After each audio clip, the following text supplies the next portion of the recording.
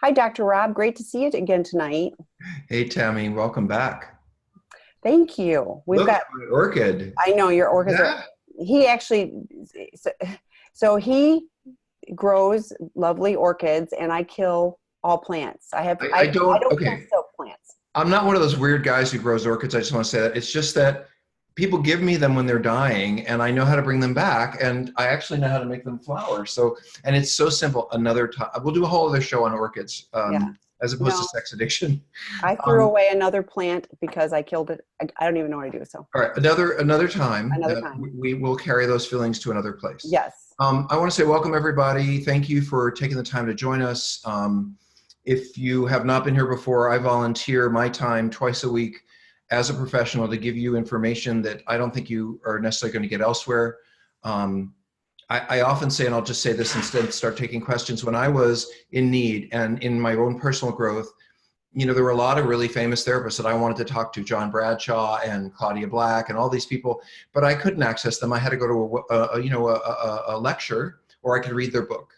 I believe that if you get to talk to the experts, that's like the best gift of all. So Tammy and I do this. I do this every week here, and I do this every week on Fridays on intherooms.com because I believe that I have an obligation to give you guys something back. And if I can help with some simple questions or issues about understanding recovery around sex, love, addiction, sexual trauma, attachment disorders, that's what this is all about.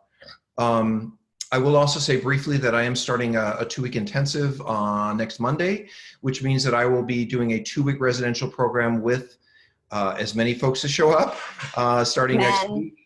10, up to 10, yeah. No, men. Men, yes, men. Men. Oh, Only sorry. men.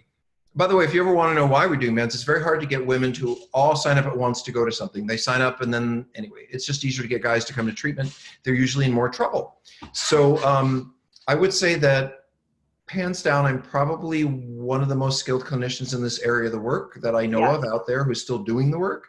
Most of the time I manage or write or create programming, but next week I'm going to do the work. And I'm kind of excited about that because I'm going to get to work with 8 or 10 of you one-on-one, in group and individual, all that. Anyway, if you want to know more about that, write Tammy a note through through sexandrelationshiphealing.com. And I'm here to answer questions. So why don't So we? let's start.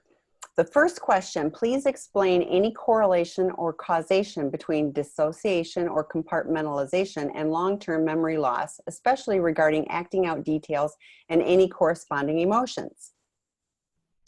Okay, so let me first explain the word dissociation. Dissociate means to space out. You know, if you've ever been driving down the freeway and you realized you missed the exit because you were thinking about something else, you were dissociated. It isn't necessarily a negative psychological term like depression. You know, sometimes you have a bad day and you feel a little depressed. Well, today I was spacing out at work and didn't really hear what the boss said. I was looking out the window and thinking about something else. That's dissociation. In its more extreme forms, dissociation is a way that a way of thinking and engaging in fantasy that we use to space out and disappear. You could say that someone looking at porn hour and after hour is dissociated. In a sense, they're not present for what's around them. Their mind, their thoughts, and their emotions are in another place than the place they actually are physically. They're dissociated. I know for me, if I'm typing something on the computer, I'm really into what I'm doing, and my spouse says, hey, dinner time, I might not even hear them. Dissociation. But to the extreme, people use or have learned to use dissociation to help survive trauma. So there are children, and the most extreme form of dissociation is what we used to call multiple personality disorder or dissociative identity disorder, which is someone who is literally broken into little pieces. So they might be different people, and for some of those people, they don't even know they have these people inside of them. For people like us, we use dissociation as a form of emotional escape, much like an alcoholic would have a drink. And so if I'm having a very stressful, very difficult, very painful experience with somebody, I might just start thinking about going to see a hooker. And while I'm talking to them, I'm thinking, oh, I can get on this site, I can get a hold of that prostitute, so I'm already beginning to soothe myself with a fantasy about what I'm gonna go do while I'm in this conversation, because I'm using the fantasy, and dissociation is fantasy, basically, losing yourself in fantasy, to feel better even though I'm in this argument. By the time I'm done with the argument, I've already planned going to the sex worker in my head, and I'm already half the way there. So I'm using fantasy and its elder brother, dissociation, memory loss. I think that if you ask me what my sexual activities were like when I was acting out, I don't think I could name any of them in detail. I don't think that I have a memory for that. I don't think, okay, so here's another way of saying it to you. And this is hard to say, I think. For a sex addict to look back and say, well, 3 weeks ago or 3 months ago or 3 years ago, I had this kind of sex with this person, is like asking your average person to say, what did you have for lunch 3 years ago? It's not that we dissociate. I mean, we are dissociated. That's part of it. But also we do it so much and in so many different ways, and that we really, and our goal is to push it out of our heads to feel more comfortable with ourselves, so we don't have to think about that. It's like, I did that, that was fun, I don't want to think about it again. That we kind of push all that stuff into a corner, and it's very hard to recall in detail, nor really should it be. I don't think, I could recall what I had lunch for last week, what I had lunch on Thursday last week either. So, but we do recall how often, how frequently, where, what kinds of things we were doing. I don't expect anyone to recall every detail. As far as dissociation and memory loss, and I'll stop. There are people who have had really, really tragic and traumatic upbringings, and out of that, they learn dissociation as a form of survival at an early age. And they may literally lose themselves in some activity or experience that they don't remember. That can happen. It is not typical. But it is typical for trauma survivors, not necessarily full-on everyone who acts out, whether they're dreaming about using drugs or they're dreaming about on their way to the prostitute, they are already dissociated. That level of fantasy is a form of dissociation. But that doesn't mean they have a dissociative disorder. People who have a dissociation disorder are people who disappear for 3 days and don't remember where they went.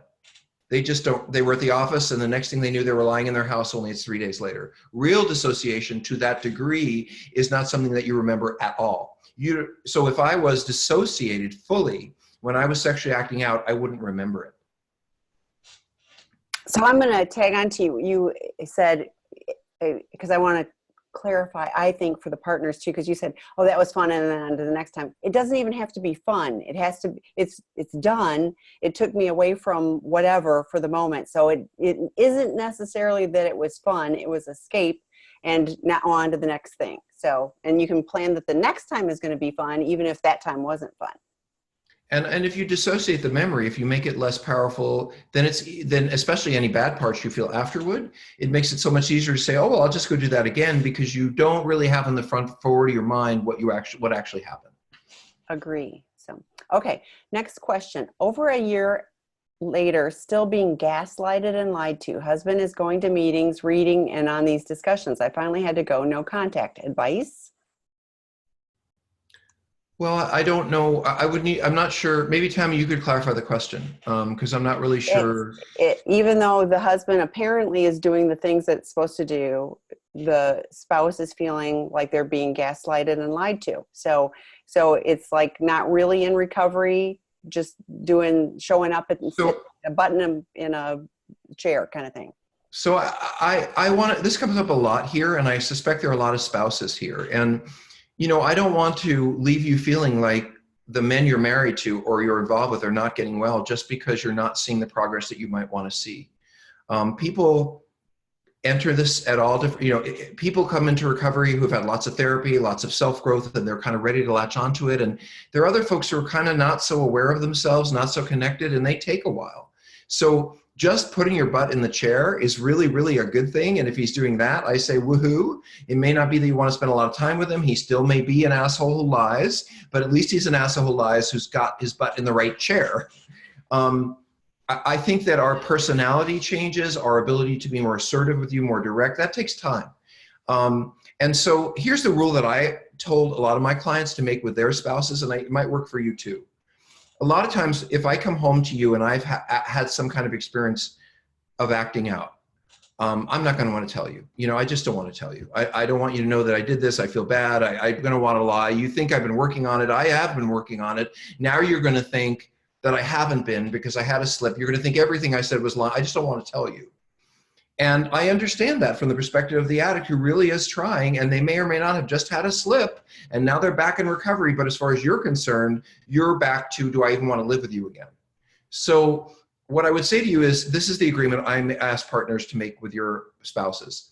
Tell them that you don't expect them to tell you the truth at first, because the truth at first might be too scary to face you with, you seem too angry when you ask the question. I'm not saying that that's right that they don't, but I'm saying if you have an agreement that you know they won't be truthful with you right away, but they will absolutely, without question, come back within 24 to 48 hours and be honest with you.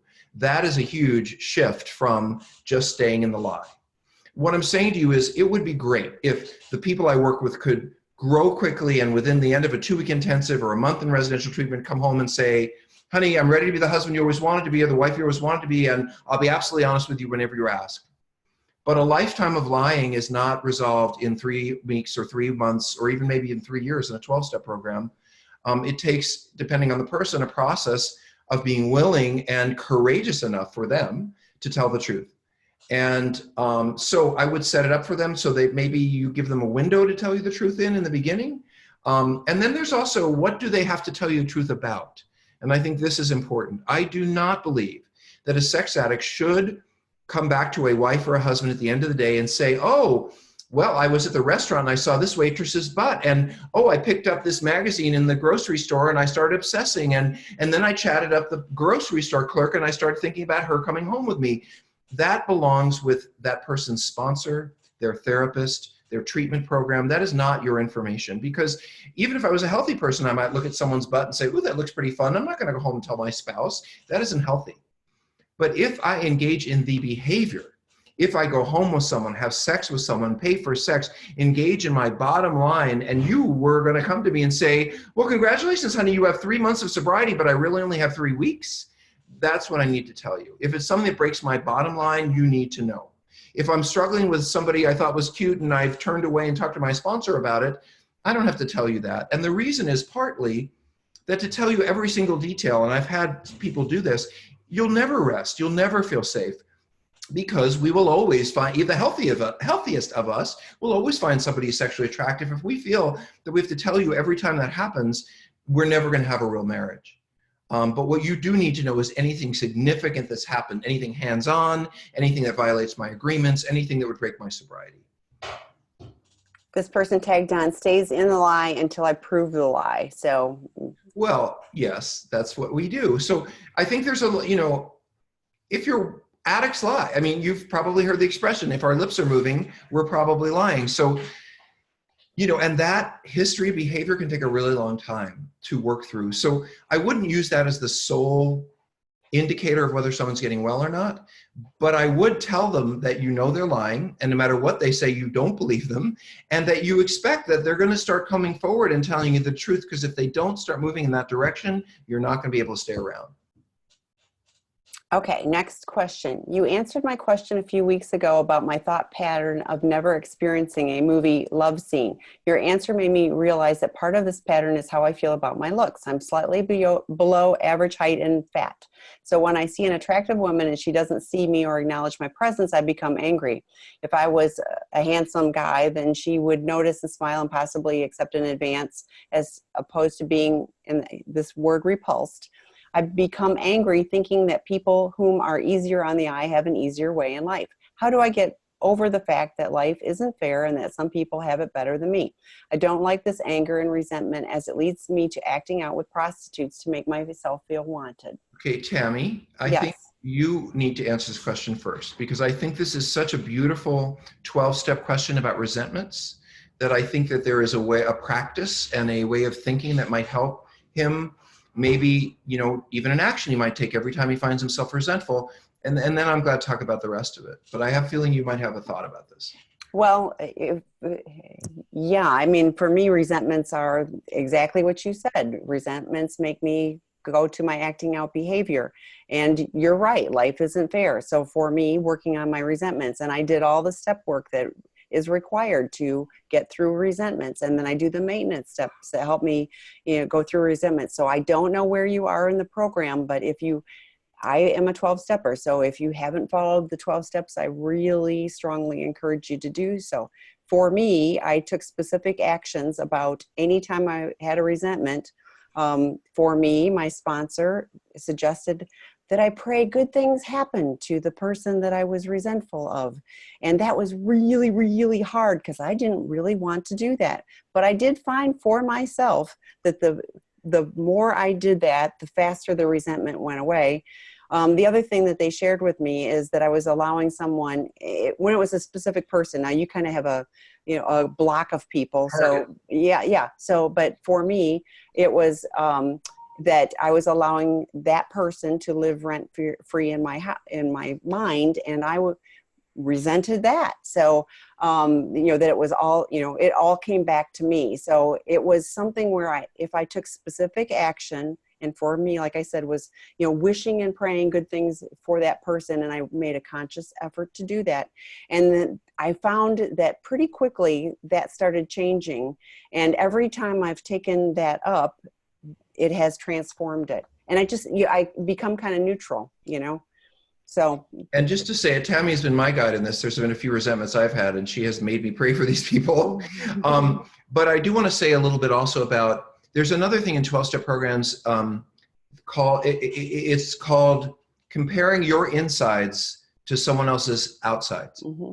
And that is something that when we have low self-esteem, we do. We think, oh, well, they must have a better life. Oh, well, they're richer, they're prettier, their life must be easier. And I can tell you for whatever it's worth, I've worked with some, I can truly say that I've worked with some of the most, I live in Hollywood. I've worked with some of those people on the screen. I've worked with some of the most beautiful people in the world who are married to some of the most beautiful people in the world that you see on magazines and movies. And I can tell you that they still they still do the same stuff we do because we're human. And this isn't about how attractive or unattractive. You have to find a way to love what you've got. And believe me, there's somebody who, I used to think as I got older, nobody would be interested in me because I was never interested in anybody who was older. But as I get older, I find all these people are interested in me. And I'm like, go find someone your own age. I'm not looking, but I'm saying I get this. So you never know. There really is somebody for everyone. But this deeper feeling of anger that they get to have a good life and I don't, I think is your stuff. It doesn't have anything to do with them. You don't even know them. So you're going to have to find a way to come to celebrate the gifts that you have, and to find a way to, and by the way, not everyone's going to like you and not everyone's going to go out with you. And that isn't because you're short and have a small whatever. It's because not everybody likes everybody and not everyone wants to go out with everybody, but there are people who want to go out with you. You just have to find them. And you have to be sober and clear-headed and a decent human being. I don't think that what the movies and TV sells us is what people really want in a relationship. Good looks help spark. They help get that person to introduce, but trust me, you're going to want to be with someone, by the way, who is similar to you in looks and similar to you in style, because then you're not going to worry that they're cheating on you, or why the heck are they with you when they're so much prettier than you? So even if you got that person, you would be scared to death they're going to leave or not know why they were with you. So instead of focusing on them, I suggest you put a lot more focus on you. And Tammy's right, in the 12 steps, and whether you work a program or not, it's a very good place. They talk constantly in 12-step programs about resentments and how to work through them and how to pray for them and work on them, or whatever method works best for you. Resentments get us back to our behavior, and you're absolutely right. It's what you need to work on. One of the things in the 12 steps that I always found helpful was, there's a whole section on it. Acceptance is the key. And like you were saying, Rob, when we accept ourselves for who and what we are, and, I'm a certain height, I'm a certain weight, and I can work on certain things, but there's only so much stuff I can do. And all of us struggle with some body image, something, it's at some point I just went, this is who I am. And I'm going to say from a female perspective, like, a good-looking man might get my attention on some level, but it's really, are they funny? Are they interesting? Are they intelligent? Are they consistent? Yes. It's how they show up. It isn't, the exterior package is just the exterior package, And I got to say, if you're 19 or 22, that exterior package takes a lot more meaning because we're picking on and noticing every single thing. When you get a little bit older, really nobody gives a shit. Not really. They want a good person. They want a good heart, and they want to have fun. You don't have to be pretty. Yeah, I want somebody that I can be that I can be supportive of, and that they're supportive of me, that we laugh Trust. together, that, you know, we share things together. That trust is exactly right. So, okay, next question. Have you ever treated people with porn addiction and OCD? I don't mean the religious hand washing type. I mean those who suffer from intrusive thoughts, violent, sexual, blasphemous, etc., and mental compulsions. Yes. Go ahead. Yeah, and there's a strong correlation between compulsive behavior and OCD. I think about 20% of the folks I work with have OCD, and another 20% struggle with ADD. So you can kind of see that there are you can sort of look in the brain and say, okay, this has something to do with impulsivity, compulsivity, you know, it's somewhere in there. Here's what I would say to anybody who has any mental health issue that is in addition to addiction. It has to be dealt with and it has to be stabilized in order for you to really work your program. In other words, for you to stay sober on compulsive masturbation, you're going to have to not be compulsively doing a whole bunch of other things. And my hope is that through medication and good treatment, you're not being compulsive, or that's being stabilized. I understand what you're saying about intrusive thoughts, and it's not about hand washing, but those too can be managed. Some with medication. Another method that people use for intrusive thoughts is EMDR. EMDR is a form of therapy that targets specific things that, like triggers, like trauma reactivity, like what you're talking about, and help eliminate the intensity of it. So I think that there are ways to absolutely work with that. You know, and I think having a really good professional and a really good someone who is helping you with your recovery is needed when you have both issues. I don't expect that your therapist will absolutely know. It'd be nice, but they may not know about the compulsive sexuality. You may need to go to your sponsor for that, or one of us, or one of our drop-in groups, or a 12-step program, or a different therapist. The obsessional piece, though, I think that's what you really, really, really need the expertise with, the medical, psychiatric, and trauma, because once you have really managed that and are able to live with it, a lot of the rest of the problems will be just easier to handle. And if that's out of control, then everything's going to be a struggle. So the next question, how long after D-Day and the beginning of recovery should I be abstinent, and should it apply to masturbation as well? Is cuddling with my wife appropriate? If so, even while naked? What is D-Day? You mean disclosure? Yeah, Discovery Day. So. Well, there are two different Ds. The one is I know, discovery. it's usually means my spouse just found out what's going on, and the other D would be disclosure, which often months later you're in therapy, you do a formal disclosure. So which one of these do you think they're dealing with? I think it's discovery. Well, where do I begin? Discovery, just right. I'm just thinking where to begin, because I'm surprised your wife even wants to talk to you, no less sleep with you. If you've been cheating and lying, and my experience is that spouses who want to sleep with you are generally not fully in touch with what's happened.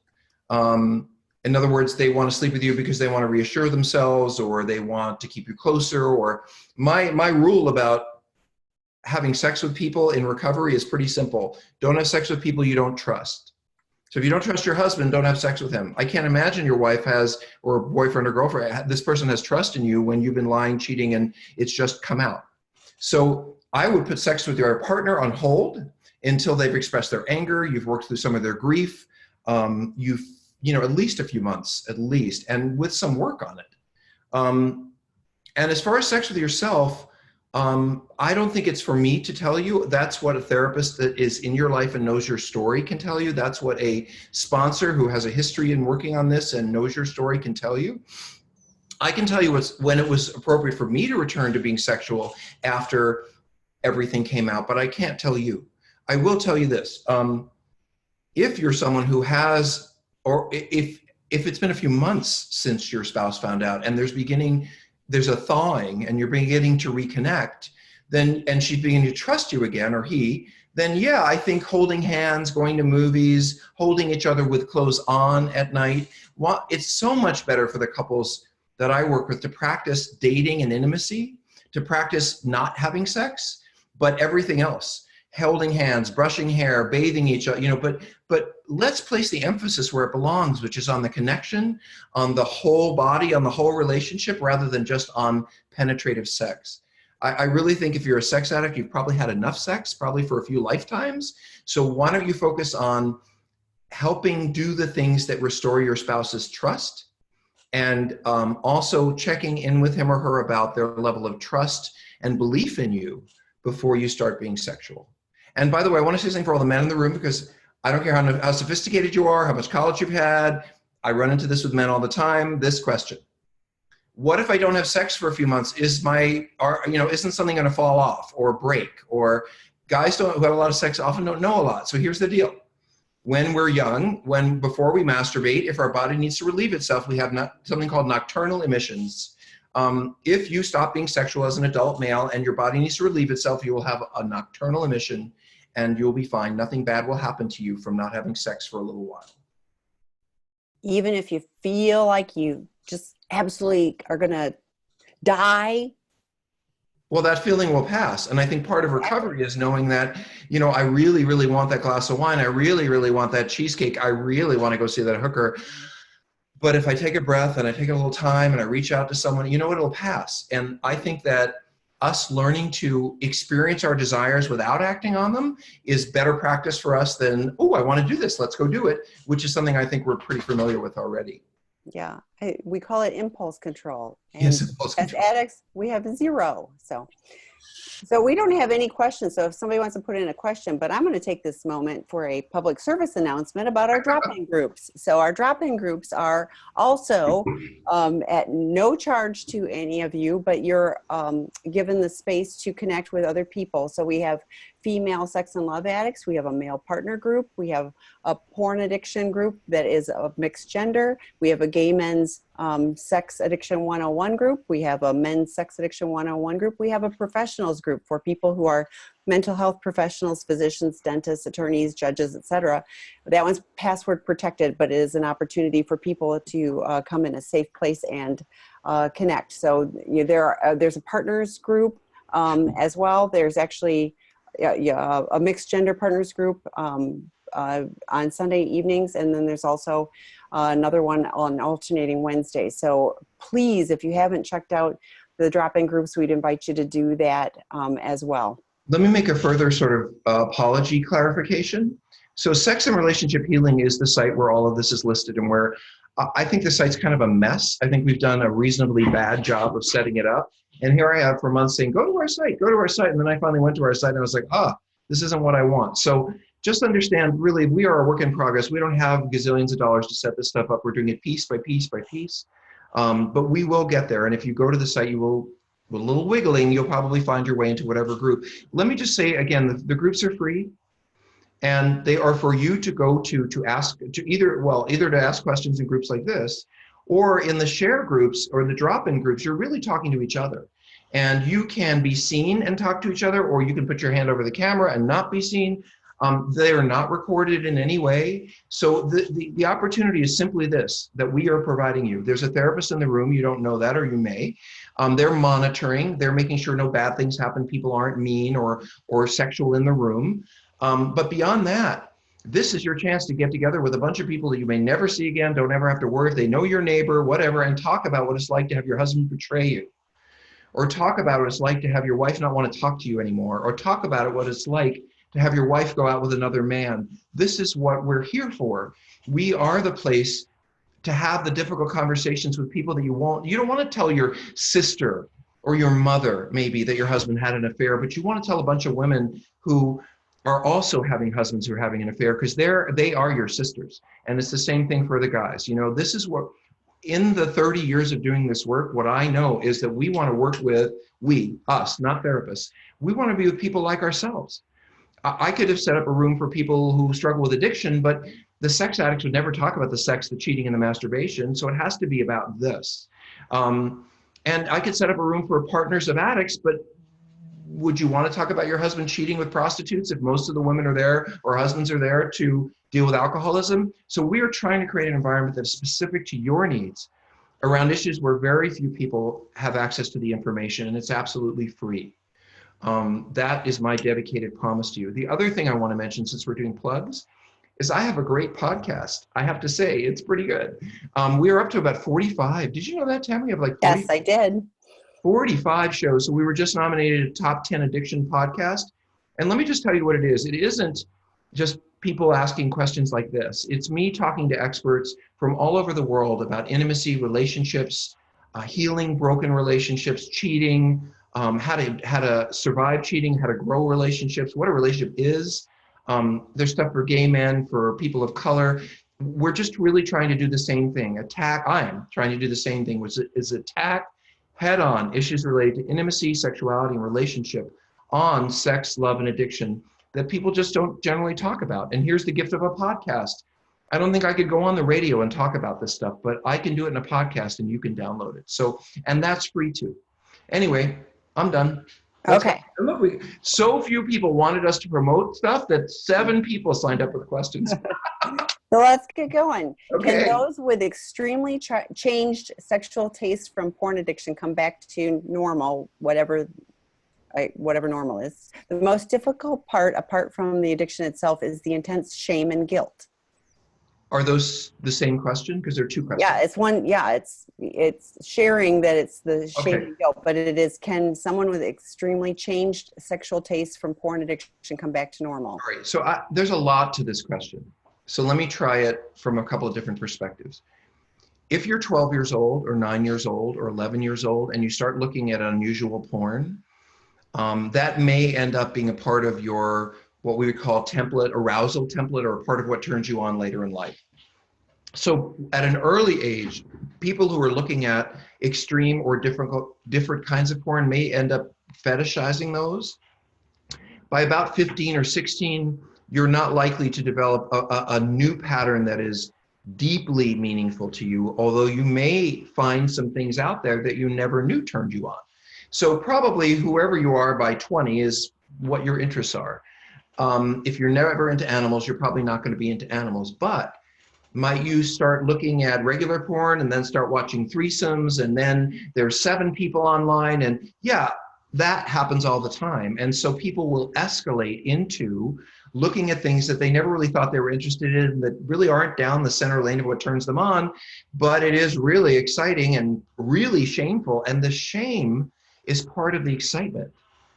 So I've worked with people, like I've worked with heterosexual men who will go have sex with a man because it's that much more shameful, but it's also in its intensity, because of the shame, that much more intense.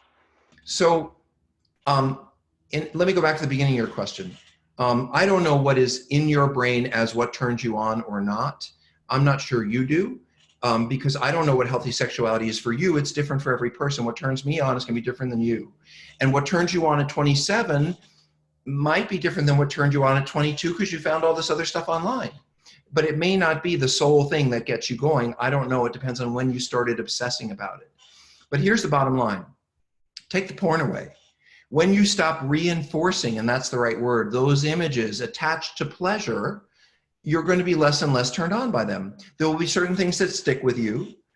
You know, if you're into leather, if you're into panties, if you're into women's feet, that's probably going to stick with you. I wouldn't expect it to go away. But if you've been looking at stuff that's extremely shameful and is really not, you could live without it, but it's just that little extra, just stop looking at it. The less you look at porn, the less those things will be triggering. If it's not really in the center lane of your innate sexuality, it probably will fade away quite a bit once you stop looking. But if it doesn't fade away, then it may be part of who you are. And I have worked with people who say, oh, well, the porn got me there. I never was into men until I started looking at the porn. Now I want to have sex with men. I don't think so. You are who you are. If you had some interest in men but never really acknowledged it to yourself, then you saw the sex with men on, and then it turned you on. Oh, you found something that you didn't know turned you on. It doesn't mean it turned you into someone different. Our sexual templates, what we are aroused by, pretty much are fixed by 12, and in terms of orientation before birth. So it's not likely that you're going to end up with something that is completely outside of your own reality by having looked at it later in life in your late teens or 20s. But if you want to get away from it, stop looking at it. In fact, stop looking at porn, because dealing with real people in real time in real life is going to be far more informative to your healing and your health than any porn that you look at, period. Okay, the next question. What type of help do you provide partners as part of your residential programs, or do they have to find assistance elsewhere? Well, we haven't opened yet, so I'll tell you that. So thanks for the history opening. I've run treatment programs for 25, almost 30, about 25 years. I had my own program in Los Angeles for about 15, and then I've opened several around the country at different major treatment centers. We're now, with Tammy's help and the team that I'm on, we're going to open our own programs. And the first one is going to start with a sex addiction intensive, or a 2-week sex addiction program starting next Monday. And that is residential. You're going to be here in treatment. You're going to be here with me, and I'm going to kick your butt. I mean, I'm going to gently ease you into a sense of healing. But other than that, the programs that we're opening are to start chemsex programs. So we're opening a more combined drug and sex program. A lot of people pair drugs and sex, and then they get stuck with both. And a lot of treatments only address the drugs, don't really deal with the sex, so we deal with both. That's the first program we're going to open here in Los Angeles in late April. And then in early May, we're going to be opening a sex addiction program in Thailand. And that will be residential. So we're really going to be, this is just the beginning. I will be opening programs all over the world in various environments. Let me answer your partner's question. In environments where we have a month, like residential treatment, I plan to spend a fair amount of time with partners that are able to come and join us. You will get multiple days of help in treatment as a live part of the product if you're able to come in residential work. When we do a 2-week intensive, it's very short, very rushed. We will be in touch with you, and we will guide you, and we will tell you the outcome of what we've done with your partner and where we think they need to go, along with their therapist and yours and all that. But we're not going to be doing a lot of work with you, because the intensive is really, in my mind, for people who they can't really take a month off for treatment. They can take 2 weeks and call it a vacation. They want to get all the basics, but they have a therapist to go home to reinforce it. I mean, I think an intensive is for someone to jumpstart their recovery. But if you want to do a lot of heavy family work, it would take a more longer, like a 35-day or a 28-day program, which we have not yet set up. I will say this. I am committed to adding a 1-week track onto all of our residential programs for families, and a second 1-week track for trauma. In other words, my goal is if someone comes for a month at one of our programs, that they can stay on for an extra week and work on trauma issues, or their partner can come and stay with them for a week and they can work on couples issues. We're just not there yet. And if you can understand, the addict unfortunately gets all the attention because they're the ones who are in treatment. We're with them all the time, and you're not. So how do we, and believe it or not, I want to be fair to the partners, if we created programs for you, you wouldn't come. I might be able to get a partner come to a weekend or a week workshop, but getting you guys to come for a month, I mean, you've got kids, you've got someone who's been ill and you're trying to get back. It's just very hard for partners to get their needs met. And so in as much as we can incorporate it into the treatment, we do. But I would also recommend you read a book I wrote called Pro-Dependence, which is about partners work. And a lot of it has to do with the fact that I don't think you guys, what I think you guys are going through is trauma and stress and chronic disappointment and chronic pain, but you're not addicts. You know, you're just dealing with the person that you love who has failed and failed you, failed the family, failed themselves, and you're still in it trying to figure it all out and make it work. And that's a different kind of trauma than the addict is working through. So I wouldn't bring a spouse in to do the addiction work with the addict because that's not the work they need to do. But I would work with partners after treatment in an additional week. I will add partners at the end of longer term residential treatment, and absolutely without question. And I can promise you this, Tammy and I know pretty much everybody in the country who's doing couples work in any major city. And if you're looking for people who really understand how to work with this kind of issue in a coupleship, write us and we'll make a referral for you. Absolutely, and we do. And a lot of people have been reaching out for pro-dependent aligned therapists, so I'm taking the extra step to find that particular aspect as well. So, okay, so next question. How about somebody who is, this particular situation is somebody who is kind of, they said, I'm spinning because there's an attractive person of the opposite sex that is building shelves for them in their building. And so how do you suggest they get out of the spinning? Okay. So I read this too because I want to understand what this person is saying. It's a woman. Thank you for being a female sex addict on here, Love Addict. I appreciate the women who show up. What you're saying is there's a guy who's flirting with you, and maybe he's a maintenance man in the building or something, and he's already kind of doing nice little things for you. Or are you putting up shelves for him, or he's already putting up your shelves? Let me see. Oh yeah, he's already made the shelves for you. He made shelves for me. Right. He's so adorable. Here's the best way to handle him. Never be alone with him. Never. If he comes into your apartment, a girlfriend or a friend is over. If you go meet him to get something fixed, you make sure someone's with you or you're in a public place. The best way to not get in trouble is to not go anywhere where you can get in trouble. It also is worth, if you're not, this is a mixed gift I'm about to give you. So there are things in our programs and in our treatment that says, say to the person, I think you're very nice. I appreciate your help, but I'm not interested in dating. I'm not interested in having sex. I appreciate all your flirtation and attention, but that's not where I'm at. Just say that to them. However, if you say it to them like this, it's a problem. In other words, I can be seductive with my no as a sex addict. I can say, oh, well, I just think you're so attractive and I really want to sleep with you and you're all I can think about, but I really can't because I'm working on things. Not the way to do it. Just want you to know, I think you're very nice. I really appreciate your help, but I'm seeing someone and your flirtation makes me a little uncomfortable. I wish you would just be respectful of that. You got to confront it.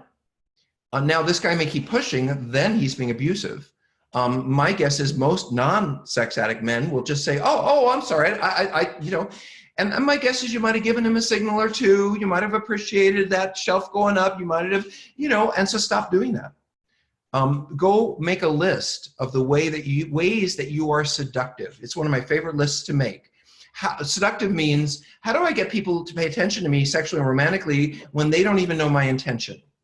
What do you wear around him? Perfume, clothes. What do you say to him? What situations you invite him into? Protect yourself. Imagine that you were with a small child every time you met with him, a 3-year-old, and it was in your arms. What would happen with him that was different if you had a 2-year-old in your arms every time you met with him? And to really go down deep and be a therapist, I can say, imagine yourself as a little boy or girl, with this person. You don't want to be sexual. You just want them to help you. And if you can keep that beautiful child you are in mind and not the adult temptress, come from that place of, well, here's another way of doing it. I used to say to myself in recovery, what is the purpose of my transaction with this person? Putting myself way in my head intellectually. Oh, it's to get some shades put up. Okay.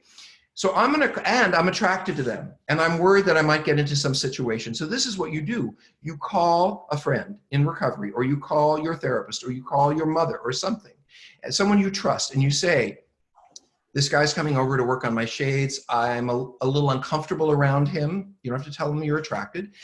I want to call you while he's here and then maybe call you back when he leaves so that you can protect yourself. You know that you're actually protecting him from you, but you can tell your family and your friends and that you just want to check in because as a man in the apartment, you want to protect yourself.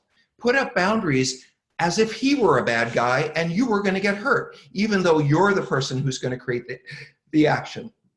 I think, all of those things, being accountable, being honest, telling the truth, setting up boundaries, having people around so you're not in the situations where it might take place. Those are all very useful things. I would do all of them. I'd leave the door open since you're in a building. If you can, leave the door open. And is he married? Because if he's married or has kids, there's another and I'll just say this to you, one of the first things I had in my early recovery plan was I don't want to hurt anybody else.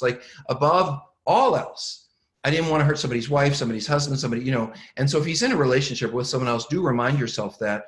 But to go there is to hurt other people than yourself or him. Next question. You mentioned do no harm in Out of the Doghouse. When tempers flare, is it good to take a break from each other to allow some individual healing? And Tammy, are you guessing time away from each other is like when we have an argument or like we need time out? Or is it more like, do you think when we've been arguing a lot, do we need to live separately for a while? When tempers flare, is it good to take a break from each other? I was thinking initially that it was like we're arguing, so we should. That's what I was thinking too. Okay. So we have something called a timeout. It's a time-honored and well-worn therapy trope that actually works. And let me tell you how to do this. And then this is useful for all of you couples who are watching who struggle because, you know, something happened and you're the spouse and you just want to know, you want the answer, and you're the addict and you're like, I don't have time, I don't want to deal with it, you know, whatever the conflict is. We have a timeout. This is what it is. It's when two people are in an intense hot moment and they want to get away from each other for a short period of time to cool down so that they can then come back and work through the issue later. That's what a timeout is. It's a temporary separation for a cool down and a return to coming back. So this is what you do. When you are not angry with each other and you're having fun, you say, okay, let's practice a timeout. I want 20 minutes and we can talk in 20 minutes, and then you separate, and 20 minutes you come together and say, oh good, we did it, we did our timeout. You practice this so that when you are upset with each other, things don't happen like, I say I want a timeout and you say, you're not leaving this room until we finish that talk. That's not a timeout. You say you want a timeout and I keep running after you saying, but what about this and what about that? That's not a timeout. A timeout is something we have agreed that in order to protect our relationship and our caring for each other, when things get hot, we're going to separate. We're going to take 20 minutes and we're going to come back together. That's the most important part. We don't say I'm going to take a timeout and then I'm gone for 2 hours and you don't know where I went. It's a specific period of time, and when it's over, we come back together and we try to talk about it. And if it's still too hot, we take another timeout. You can also take a timeout from the issue. You could say, you know, and I do this at home all the time, you know, we got to have dinner, we got people coming over, the kids need to be put to bed. We're not going to talk about this now. We're going to put it in a box. We're going to put it over there. We're going to do what we need to do. And we will come back to this issue when we're alone and everybody's in bed and we just have some quiet time. So you can put an issue into timeout. You can put the two of you into a timeout. The goal is, though, always to come back and resolve the issue, not for one person to abandon the other. So it means you have to say, I need a timeout and I will be back in whatever amount of time it is. And that's what I want to talk about. And the other person needs to say, okay, and let them go. And then you come back and you talk about it. So he tagged down, what about physical separation for a week, month, etc.? I think physical separation is difficult for people who are sex addicts from their spouses because they already don't trust us. And so separating from us, I would say, who initiated the talk of a separation? Because if it is you to get away from your spouse's anger, sorry, you just need to deal with it. If you have been acting out and you've made your spouse furious, you need to deal with it. And their anger is something that is good for you because it will help remind you why you don't want to go sleep with the next person. If, however, you're angry at your spouse, or you can't tolerate, well, sorry, I'm getting lost in my own language. Let me try again. If I were married to a sex addict or in a committed relationship, I would have a hard time saying, you go live somewhere else for a month, when I already don't trust them and I already don't believe that they're not sleeping with other people simply for the reason that we're arguing too much. I think there are other ways for couples to figure out how to manage their hot points without necessarily having to separate. There are couples that do need to take a temporary formal separation to work on the issues. I believe that should be done with a therapist. Because if I were going to separate from someone, I would want to know the rules. When can I call? When can I not? When can we see each other? How do I know you're not going to be with other people? And all the things that are going to come up around. I wouldn't just separate. I would get a lot of help and make it what we call, and you can look it up online, a therapeutic separation. So next question. I'm 15 months from discovery, 6 months from full disclosure. My husband continues, this is a female, my husband continues to say that if I could become the woman he needs and if I could get over his behavior, then our marriage and relationship would thrive. You can tell how I feel about this. He has been dedicated to recovery, including rehab at a treatment center and 10 hours a week in therapy group, etc. But he continues to say, I am at fault for his behavior. His therapist says he is in early recovery. I feel he will never understand the devastation he has created in our lives. What does when does early recovery end, and does that mean, and when does recovery begin? I'm confused. Okay, well, I wrote a book about this. I really, really did write a book just about this called Out of the Doghouse, a relationship saving guide for men caught cheating. And the reason I wrote Out of the Doghouse, and this is absolutely true, is that I know research tells us that men like to fix things. If you come to, in fact, we like to fix things so much that if you come in with a problem, I might be more likely to try to figure out the solution than actually listen to you and hear what the problem is. This is typical for men, and actually it often pisses women off. Why don't you just listen to me before you come up with an answer? I get it. It's what men do. So, so that being said,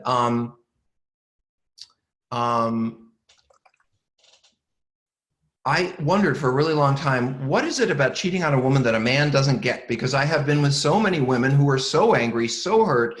You know, I see the devastation that women go through when they are betrayed around sex and love, but I don't see the men that I work with resonating with how much they've hurt the other person. And what I've come to realize is this is not just about sex addicts. Men universally do not understand how it hurts a woman when we cheat on her. We think it's just a blowjob, it's just in Vegas, it's just this, and it has nothing to do with my relationship. And we come home, even if that's all it was, and then we come home and we tell you, and you say things like, I thought you loved me, what about the kids, what about our family, what about everything we've had together? And I'm just like, well, but wait, it was just this thing in Vegas, it didn't mean anything to me. Well, it means a lot to you. Part of the growth of any man, I believe, is to have a better understanding of how his behavior is affecting the people around him, especially the people he loves. It is very likely that your husband doesn't have a clue how you're feeling. No matter how many times you say it, he just hears you nagging. No matter how angry you get, he just hears, oh, she's blowing off steam again. In other words, maybe because of his own shame, maybe because of his own guilt, maybe because he lacks the capacity or awareness, he doesn't understand what you're feeling. He just doesn't. And therefore, he wants you to be nicer, stop nagging, get over it, you know, all that stuff. This is a book that I wrote for you to read and throw at him and say, if you really want me to be a loving, consistent partner after what you've done, you will understand what I have been through. And Out of the Doghouse goes through what betrayal and the trauma of betrayal is for a female spouse.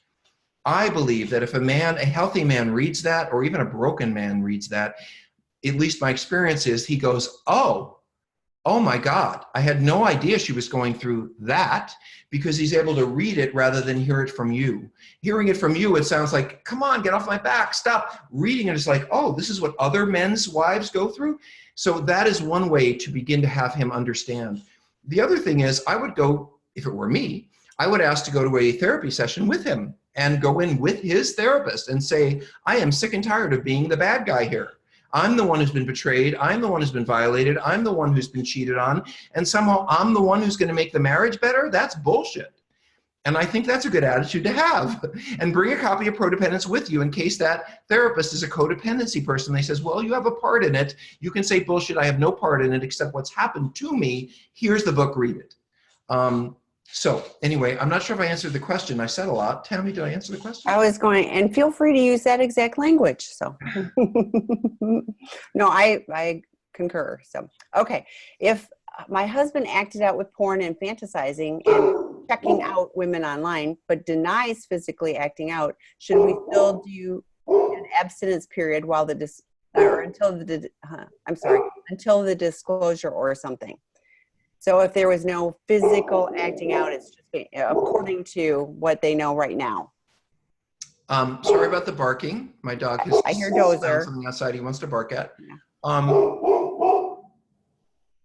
This is not a really simple question to answer because there's a lot on the table here. You're going to face a disclosure.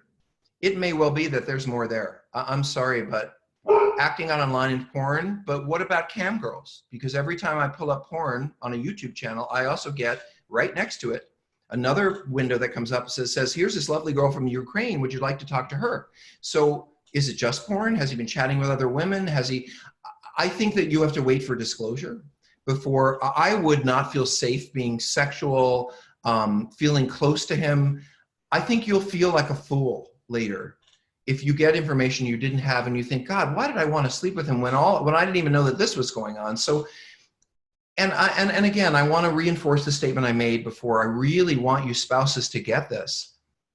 If you're married to someone and they've cheated on you or they've hurt you, and you're asking the question, when would it make sense for me to be sexual and romantic again with them? There is only one answer.